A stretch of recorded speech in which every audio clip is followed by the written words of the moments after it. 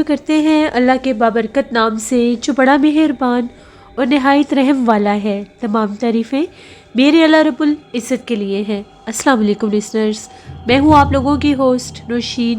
Welcome to my channel خوفناک کہانی official. میں امید کرتی ہوں آپ سب لوگ خیریت سے ہوں گے، جہاں ہوں گے خوش ہوں گے۔ آج آپ لوگوں کے لیے میں بہت دلچسپ خوفناک کہانیاں لائی ہوں جنہیں آپ لوگ بہت پسند کریں گے۔ سلسلہ شروع کرتے ہیں آج کی خوفناک کہانیوں کا۔ بڑھتے ہیں آج کی پہلی خوفناک کہانی کی طرف۔ یہ خوفناک کہانی آصف شیئر کر رہے ہیں۔ آصف کہتے ہیں، میں ہزارے کا رہنے والا ہوں اور آج آپ کے ساتھ ایک بہت ہی زیادہ ڈراؤنی ہم لوگوں کے گاؤں کی کہانی شیئر کرنا چاہتا ہوں۔ آج سے 15 سال پہلے کی بات ہے۔ آصف کہتے ہیں، ہم لوگوں کے گاؤں کا جو گورکن تھا اس نے ہمیں بہت ہی زیادہ دل دہلا دینے والی کہانی سنائی۔ گورکن اکثر ہم لوگوں کے پاس بیٹھا کرتا تھا۔ گورکن کا جو کچا مکان تھا وہ قبرستان کے پاس ہی تھا۔ گورکن نے ہمیں بتایا، ایک دفعہ کی بات ہے، آدھی رات کا ٹائم تھا۔ گورکن جو تھا وہ اپنے گھر میں سو رہا تھا تو وہ کہتا ہے، میری آنکھ ایک شور سے کھلی۔ شور ایسا تھا کہ جس طرح سے کوئی عورت ہے اور وہ بہت زیادہ چیخیں مار مار کر رو رہی ہے۔ اس کے رونے کی آوازیں اتنی بلند تھی کہ مجھے سمجھ ہی نہیں آیا کہ اتنی رات کو قبرستان میں کون رو رہا ہے۔ گورکن کہتا ہے، میں اٹھا، میں نے لالٹین جلائی اور جب میں اپنے گھر سے باہر نکلا کہ میں قبرستان کی طرف جا کر دیکھتا ہوں اتنی رات کو قبرستان میں بھلا کون رو رہا ہے۔ میں چلتا چلتا قبرستان میں آیا۔ وہ رونے کی آوازیں ایک مخصوص سائڈ سے آ رہی تھی۔ میں چلتا چلتا جب اس طرف جانے لگا تو مجھے وہاں پر ایک روشنی دکھائی دی۔ روشنی ایسی تھی کہ جس طرح سے کسی قبر کے اوپر کوئی دیا جل رہا ہو۔ باقاعدہ مجھے وہاں پر دیے کی لو ٹمٹماتی ہوئی نظر آئی۔ جب میں کھڑا ہو کر دیکھنے لگا، میں نے غور کیا تو میں کیا دیکھتا ہوں کہ جس طرح سے ایک قبر ہے اس کے اوپر ایک دیا جل رہا ہے اور وہاں پر جس طرح سے کوئی عورت کھڑی ہوئی ہے، کیونکہ اس کا لباس عورتوں والا تھا۔ ایک بہت لمبی سی چادر مجھے نظر آئی۔ میں نے دور سے آواز دی اور پوچھا کہ وہاں پر کون ہے، اتنی رات کو قبرستان میں کون آیا ہے۔ ابھی میں اس پر غور کر ہی رہا تھا تو مجھے ایسا لگا کہ جس طرح سے میرے شولڈر کے اوپر، میرے کندھے کے اوپر کسی نے ہاتھ رکھا ہو۔ باقاعدہ مجھے میرے کندھے کے اوپر کسی کا ہاتھ محسوس ہوا تو میں نے پیچھے پلٹ کر دیکھا تو مجھے قبرستان کے دروازے پر کوئی کھڑا ہوا دکھائی دیا، جبکہ قبرستان کا دروازہ مجھ سے کافی زیادہ دور تھا۔ مجھے بڑا تعجب ہوا کہ قبرستان کے دروازے پر یہ کون کھڑا ہے اتنی رات کو، اور میرے کندھے پر کس نے ہاتھ رکھا تھا۔ میں نے چاروں طرف دیکھا، مجھے کوئی بھی دکھائی نہیں دیا۔ میں نے پوچھا کہ وہاں پر کون ہے۔ جیسے ہی میں وہ جو قبرستان کے دروازے میں کوئی کھڑا تھا اس کی طرف جانے لگا تو مجھے پھر رونے کی آوازیں آنے لگی، جس طرح سے کوئی عورت بین کر کے روتی ہے۔ جیسے میں قبرستان کے دروازے پر آیا تو وہ جو کوئی بھی کھڑا تھا وہ قبرستان سے باہر نکل گیا۔ میں نے اسے بہت سی آوازیں دی، یہاں تک کہ میں اس کے پیچھے بھاگنے کی بھی کوشش کر رہا تھا، لیکن وہاں پر بہت زیادہ قبریں تھیں اور بہت زیادہ جھاڑیاں بھی تھیں، اس لیے میں تیزی سے بھاگ نہیں سکا۔ جیسے ہی میں قبرستان کے دروازے کے پاس پہنچا، میں نے باہر جھانک کر دیکھا تو دور دور تک کوئی بھی نہیں تھا، کسی کا نام و نشان بھی نہیں تھا۔ وہ جو کوئی بھی تھا پتہ نہیں وہ کہاں پڑ گیا، اور جب اتنی رات کو آج تک کبھی کوئی قبرستان میں نہیں آیا تھا تو پھر عجیب و غریب یہ واقعہ کیسے ہو گیا۔ پھر مجھے خیال آیا کہ قبرستان کے اندر اس قبر کے پاس دیا جلا کر بھلا کون بیٹھا ہوگا۔ جب میں اس کی طرف جانے لگا، یہاں تک کہ میں اس قبر کے پاس پہنچ گیا، وہاں پر نہ تو کوئی دیا تھا اور نہ ہی دیا جلانے والی۔ وہ عورت کہاں گئی اور وہ دیا لے کر کہاں چلی گئی، مجھے کچھ پتہ نہیں تھا۔ یہ ماجرا دیکھ کر میں بہت زیادہ ڈر گیا، مجھے ایک دم سے خوف آنے لگ گیا۔ میں نے بنا وقت ضائع کیے فوراً سے واپس آیا اور اپنے گھر میں چلا گیا۔ گھر کا دروازہ میں نے بند کر لیا۔ آج سے پہلے کبھی بھی میرے ساتھ ایسا نہیں ہوا تھا۔ جیسے کیسے کر کے خوف کے مارے وہ رات گزری۔ صبح جیسے ہی میری آنکھ کھلی تو دن چڑھ گیا تھا۔ میں فوراً سے اٹھا اور میں نے یہ سوچا کہ میں جا کر پہلے اس قبر کا جائزہ لیتا ہوں کہ آخر وہاں پر رات کے وقت وہ دیا کس نے جلایا تھا۔ جب میں اس قبر کے پاس آیا، مجھے پتا تو تھا وہ کون سی قبر تھی۔ وہ بالکل ایک نئی قبر تھی۔ وہاں پر ایک نوجوان لڑکے کی تدفین ہوئی تھی جس کو ابھی فوت ہوئے 11 دن گزرے تھے۔ اس قبر کے اوپر ہی میں نے کسی کو رات کے وقت دیا جلا کر کھڑے ہو کر روتے دیکھا۔ میں بہت زیادہ ڈر گیا۔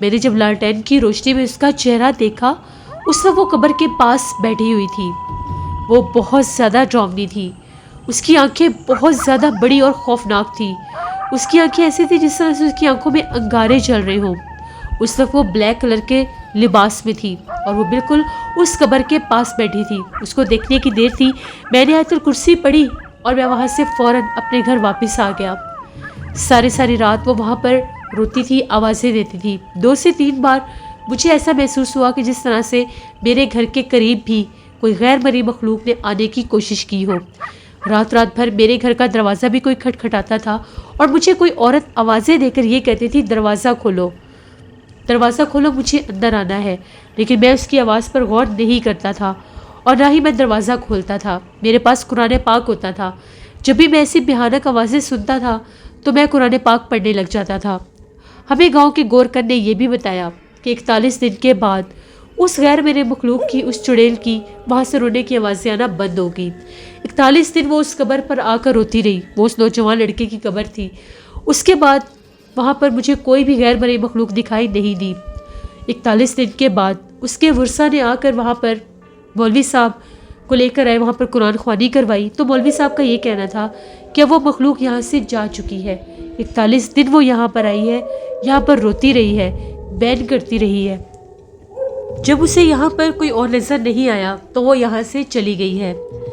گورکن کہتا ہے کہ اس کے بعد میں کافی عرصہ اسی گھر میں رہا، لیکن مجھے بہت زیادہ ڈر لگتا تھا۔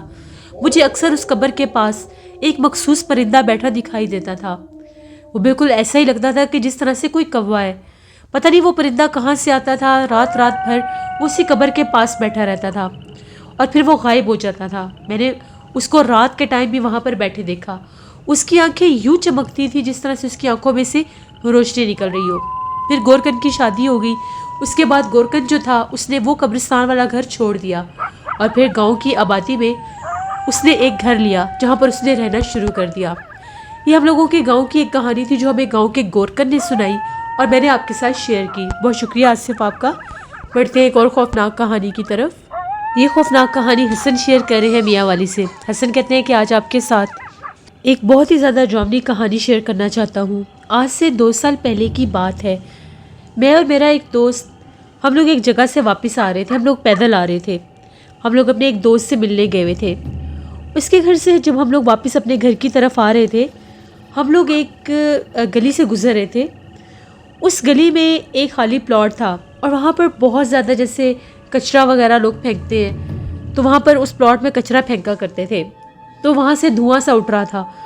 اکثر وہاں پر جب کچرا زیادہ جمع ہو جاتا تھا تو لوگ اس کچرے کو آگ لگا دیتے تھے۔ تو ہم لوگ یہی باتیں کرتے آ رہے تھے کہ اس طرح سے جیسے آس پاس گھر ہیں اور جیسے یہ کھمبے کی تاریں ہوتی ہیں بجلی کی، تو اس طرح سے آگ نہیں لگانی چاہیے، یہ نقصان دہ ہوتی ہے۔ ہم لوگ یہی باتیں کرتے کرتے بالکل اس پلاٹ کے پاس سے آ گئے۔ جب ہم لوگ اس پلاٹ کے پاس آئے تو وہاں سے ہمیں بڑی عجیب سی آواز آئی، جس طرح سے کوئی ہنستا ہے، اور وہ آواز ایسی تھی جس طرح سے بڑی کوئی باریک سی آواز میں ہنس رہا ہے۔ میرا دوست کہتا ہے یہ کتنی عجیب سی آواز آئی ہے۔ میں نے کہا کہ آس پاس گھر ہے، کوئی بچہ ہوگا۔ ابھی ہم لوگ اس پلاٹ کی طرف ہی دیکھ رہے تھے، ہمیں وہاں پر ایسے محسوس ہوا کہ جس طرح سے کافی بڑی بڑی 2 آنکھیں ہیں اور وہ چمک رہی ہیں۔ میرا دوست کہتا یہ سامنے کیا چیز چمک رہی ہے؟ جب ہم لوگوں نے غور کیا تو وہ 2 آنکھیں تھیں۔ اب وہ جو آنکھیں تھیں، میں نے سے یہ کہا کہ ہو سکتا ہے کوئی بلی وغیرہ ہو یا کوئی کتا ہو، اکثر وہ کچرے والی جگہ پر ہوتے ہیں۔ اس نے یہ کہا کہ جب یہاں پر آگ لگی ہوئی ہے تو یہ کیسے پاسبل ہے کہ یہاں پر کوئی جانور ہو سکتا ہے؟ چلو غور سے دیکھتے ہیں کہ آخر یہاں پر کون سی چیز چمک رہی ہے۔ جیسے ہم لوگوں نے اس پر غور کیا تو ایسا محسوس ہوا کہ جس طرح سے کوئی زمین پر بیٹھا ہوا تھا اور وہ باقاعدہ کھڑا ہوا ہے، لیکن اس کی ہائٹ چھوٹی تھی، یعنی جیسے کوئی بچہ ہوتا ہے اتنی اس کی ہائٹ تھی۔ ہم لوگوں نے اس کو غور سے جب آگے ہو کر دیکھا، آس پاس گھر تھے، اسٹریٹ لائٹ سے روشنی بھی تھی۔ میرے دوست نے اپنا موبائل نکالا کہ میں ذرا تصویر میں دیکھتا ہوں کہ آخر یہ ہے کیا۔ جیسے اس نے اپنا کیمرہ کھولا اور وہ نائٹ ویژن میں جب اس کو دیکھنے لگا تو وہ ایک بہت زیادہ بھیانک کوئی مخلوق تھی۔ ایسے لگ رہا تھا کہ جس طرح سے وہ کوئی جن کا بچہ ہے یا وہ کوئی جن خود ہے، کیونکہ وہ بہت بھیانک اس کا چہرہ تھا۔ اس کے جسم پر لباس نہیں تھا، اس کے جسم کا رنگ بہت عجیب سا تھا، وہ تھوڑا تھوڑا سرخی مائل اس کا رنگ تھا، اور اس کی آنکھیں یوں تھی جیسے اس کی آنکھوں میں روشنی نکل رہی ہے۔ ہم نے اس کو خود دیکھا میرا دوست ڈرنے لگ گیا اور یہ کہنے لگا کہ دیکھو دیکھو کیمرے میں دیکھو یہ چیز کیا ہے. ابھی ہم نے اس کو ریکارڈ نہیں کیا تھا. وہاں پر اسی پلاٹ کے اندر دیوار کے ساتھ ہم لوگوں کے سامنے وہ گیا اور وہاں پر غائب ہو گیا. ہم لوگ تو بہت زیادہ ڈر گئے. ہم لوگوں نے وہاں سے بھاگنا شروع کر دیا. ہم لوگ جب اپنی گلی میں آئے ہم لوگ بہت زیادہ ڈرے ہوئے تھے. وہاں پر ہم لوگوں کے علاقے کے اور بھی لڑکے تھے. ہم نے ان کو یہ بات بتائی. ہم لوگ سارے بہت زیادہ ڈر گئے. ان لڑکوں نے کہا کہ ہم لوگ وہاں پر جا کر دیکھیں گے. ہم نے انہیں بہت منع کیا کہ اس طرف مت جانا. ہم نے وہاں پر ابھی اس طرح سے کسی غیر مرئی مخلوق کو دیکھا ہے. خیر میرا دوست اپنے گھر چلا گیا, میں اپنے گھر چلا گیا. گھر بھی جا کر میں نے یہ بات بتائی. اگلے دن ایسا ہوا کہ اسی گلی سے گزر کر مجھے جانا تھا میرے کزن کی طرف. میرے ماموں کا گھر تھا, اس سے اگلی گلی میں وہ بنتا تھا اور کوئی راستہ نہیں تھا. مغرب کے بعد کا ٹائم تھا, ابھی عشاء نہیں ہوئی تھی. تو میں ان کے گھر جانے لگا. ابھی میں جب اس گلی میں داخل ہوا, وہاں سے میں گزر رہا تھا تو مجھے ایک عورت کی آواز آئی. ایسا محسوس ہوا کہ جس طرح سے کسی عورت نے میرا نام لیا ہو. مجھے لگا کہ شاید محلے کی کسی آنٹی نے بلایا ہوگا, کوئی کام ہوگا. جیسے میں نے پیچھے پلٹ کر دیکھا تو اسی کچرا کنڈی کے پاس, اسی پلاٹ میں نے ایک برقع پوش عورت کو دیکھا. وہ مجھے اشارہ کر کے اپنے پاس بلا رہی تھی. پتہ نہیں مجھے ایک دم سے کیا ہوا, میں بہت زیادہ ڈر گیا. میں اس کے پاس نہیں گیا.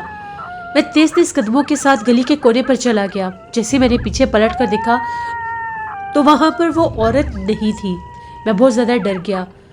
میں بہت تیزی کے ساتھ اپنے ماموں کے گھر گیا. میں نے ان لوگوں کو یہ بات بتائی.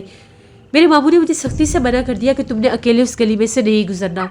کل تم لوگوں کے ساتھ ایک حادثہ ہوا ہے اور آج تم اسی گلی میں سے گزر کر آئے ہو. وہاں پر جنات کا بسیرا ہے. وہ جو پلاٹ ہے, وہ جو جگہ ہے, وہ آسیب زدہ ہے. وہاں پر لوگوں نے اتنا کچرا پھینکا تھا. گھروں کے درمیان میں وہ پلاٹ تھا اور اس جگہ پر کچرا کنڈی پر ویسے بھی جنات ایسی جگہوں پر آ جاتے ہیں جہاں پر گندگی ہوتی ہے. اس کے بعد میں بہت زیادہ ڈرا. دوبارہ میں کبھی بھی شام کے وقت اس گلی میں سے نہیں گزرا. مجھے بہت زیادہ ڈر لگتا تھا کیونکہ 2 دفعہ میرے ساتھ ایسا ہوا تھا. یہ میری زندگی کی کہانی تھی جو میں نے آپ کے ساتھ شیئر کی. بہت شکریہ حسن آپ کا. جیسے یہ تھی آج کی خوفناک کہانی ہے. اپنا فیڈ بیک مجھے ضرور دیں, آپ لوگوں کو کیسی لگی. آپ لوگ بھی اپنی خوفناک کہانیاں شیئر کر سکتے ہیں. ڈسکرپشن باکس میں دیے گئے ای میل آئی ڈی nusheen57@gmail.com پر. اس کے علاوہ آپ لوگ مجھے کمنٹ باکس میں بھی سٹوری شیئر کر سکتے ہیں. ہارر اسٹوریز آفیشیل پر کب میں سٹوری آن ایئر کروں گی اس کو ضرور آپ نے وزٹ کرنا ہے. کل میں نے ہارر اسٹوریز آفیشیل پر بہت زیادہ ڈراؤنی کہانی پوسٹ کی ہے, اس کو ضرور وزٹ کریں. نوشین ڈیلی روٹین, میں نے اپنے ولاگ چینل کا نیم چینج کیا ہے. پہلے نوشین ورک آفیشیل تھا, اب میں نے نوشین ڈیلی روٹین کر دیا ہے. وہاں پر میں ڈیلی ولاگ پوسٹ کرتی ہوں. کل میں نے ڈنر کا دیا تھا, آج میں نے بریک فاسٹ کا دیا تھا. اسی طرح سے ڈیلی روٹین میں جو بھی ایسی چیزیں ہوں گی آپ لوگوں کے ساتھ شیئر کرتی رہوں گی اپنی ڈیلی روٹین کو. جن لوگوں نے ابھی تک میرے ولاگ چینل کو سبسکرائب نہیں کیا, ابھی جا کر میرے ولاگ چینل کو سبسکرائب کریں. نوشین ورک آفیشیل لکھ کر جب آپ یوٹیوب پر سرچ کریں گے آپ لوگوں کو میرا چینل مل جائے گا. میری سسٹر نیلم کا نیا چینل ہے ہارر ناولز آفیشیل, ان کو بھی جا کر سبسکرائب کریں اینڈ سپورٹ کریں. اپنا بہت سے خیال رکھیے گا. اپنی ڈھیروں دعا میں مجھے میری فیملی کو ضرور یاد رکھیے گا. انشاءاللہ کل آپ لوگوں کے ساتھ پھر ملاقات ہوگی کسی نئی خوفناک کہانی میں. Thank you for watching. Stay blessed. اللہ نگہبان.